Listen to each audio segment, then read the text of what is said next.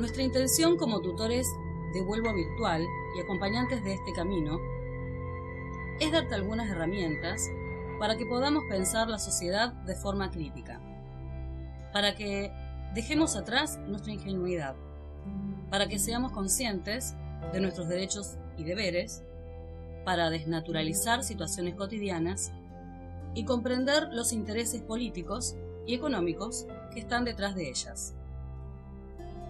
¿Empezamos? Para comenzar, vamos a hablar de Gramsci. Gramsci era un filósofo marxista que introduce numerosas categorías que nos permiten reflexionar acerca de la sociedad. Algunas de ellas son clases dominantes, clases hegemónicas, clases subordinadas, consenso, ideología, sentido común, contrahegemonía. Gramsci sostenía que en las sociedades capitalistas los sectores sociales dominantes dominan a las clases subordinadas a través del consenso, es decir, logran el apoyo de las clases subalternas. Estas actúan según la voluntad de las clases dominantes y por ello colaboran en su propia subordinación, es decir, en la reproducción de las relaciones de dominación. Pero, ¿cómo puede ser que las clases que están siendo dominadas adhieran a las clases que justamente las dominan? Claro, buena pregunta.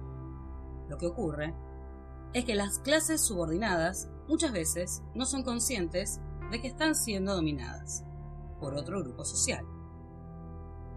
Las clases dominantes mantienen poder y dominan antes que a los demás grupos sociales, a las instituciones presentes en la sociedad. Controlan, por ejemplo, los medios de comunicación y la educación. Ello les permite crear y difundir ideología en los grupos sociales subordinados y lograr su consenso. Les permite difundir sus ideas, valores, intereses y que estos sean, para las clases populares, parte de su sentido común, legítimos, naturales, incuestionables. La imposición que hacen las clases dominantes de su forma de ver el mundo a toda la sociedad, mostrándola como natural y justa, convierte a la clase dominante en clase hegemónica. Es por esto que las clases subordinadas no siempre son conscientes de que están siendo dominadas. La dominación pasa por la incorporación de valores e intereses de las clases dominantes a los grupos subordinados cuando ven televisión, por ejemplo. ¿Cuáles serían los intereses de las clases dominantes que se incorporan cuando vemos televisión? Por ejemplo, cuando miramos el noticiero y nos muestran que hacer una movilización es hacer algo malo, muchas veces nos muestran manifestaciones y las asocian a la violencia o a la delincuencia. Si prestamos atención a algunos programas informativos, vamos a ver que no dicen cuál es la causa de la movilización, tampoco qué derechos están siendo reclamados por la gente que se moviliza. Solamente muestran el caos que se genera en el tráfico a raíz de la misma, los heridos, la acción de la policía frente a los manifestantes. Una noticia de este tipo nos conduce a mirar con malos ojos a la gente que lucha por derechos que no están siendo garantizados. Nos conduce a ser pasivos, a aceptar la realidad que nos toca. Muchas otras veces, si un grupo social con suficientes recursos económicos y con el poder como para manejar los medios de comunicación no se encuentra a gusto con el gobierno de turno en democracia, porque a lo largo no los beneficia en sus actividades económicas como quisieran, o porque se comienzan a reconocer derechos de los sectores sociales más bajos que antes se mantenían ocultos.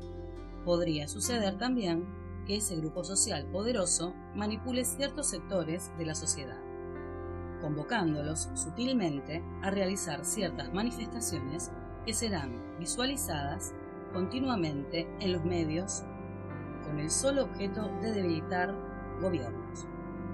Los ojos bien abiertos. Ahora que ya sabemos que los medios masivos de comunicación se manejan según los intereses de las clases que tienen poder económico y político, tendríamos que actuar diferente a como lo hacíamos antes. Debemos hacernos muchas preguntas y dudar de lo que nos dicen. Tenemos que poder pensar que la realidad que se nos muestra en la tele no es la única. Tenemos que saber cuáles son nuestros derechos y cuáles nuestros deberes. Tenemos que luchar por nuestros derechos y también apoyar las luchas que hacen nuestros vecinos, compañeros, amigos, nuestro prójimo. Pero siempre trata de no ser conducido, de ver más allá, de interpretar cuáles son los verdaderos motivos que provocan que un periodista hable a favor o en contra de algo. Aprende que lo que se dice en televisión no siempre es la realidad, que a veces los escenarios son ambiguos persiguiendo oscuros intereses que realmente no se muestran porque son enmascarados por otros. ¿No te diste cuenta que en determinadas épocas parece que estás viviendo en una guerra civil? Que continuamente te muestran asaltos violentos, entraderas, duras escenas de hechos de sangre. En otros momentos, de pronto, se acabaron los cortes de rutas, los saqueos, los hechos vandálicos. Tenés que saber que el poder de las clases dominantes no es absoluto. Las clases subordinadas pueden organizarse y luchar por sus derechos y también pueden alcanzar un nivel de organización mucho más complejo que los conduzca a cambiar la realidad política y económica. Haciendo esto, las clases subordinadas emprenden el camino que los lleva a lograr la contrahegemonía. Un camino en el que los grupos subalternos consiguen una conciencia política autónoma. ¿Y cómo muestran esos medios de comunicación a los marginados?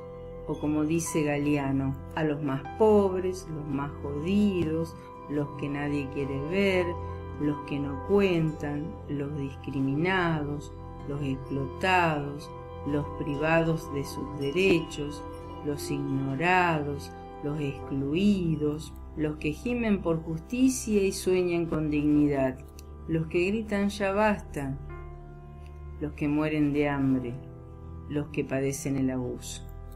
Y sí, nunca van a figurar en la historia universal, sino en la crónica roja de prensa local. ¿Sabes por qué? Porque en definitiva esos nadies, hijos de nadie y dueños de nada, son solamente utilizados poniéndolos en posición de víctimas cuando al grupo hegemónico le conviene, y en posición de victimario, asesino, chorro, mal habido, cuando a ese mismo grupo también le conviene, surgiendo así los prejuicios que se van generalizando en las sociedades. Al producirse esta separación de clases, es necesario que los sectores menos favorecidos puedan seguir sobreviviendo, y así surgen algunas categorías como el cartonero, que al principio, y para algunos hasta el día de hoy, sigue siendo un marginado.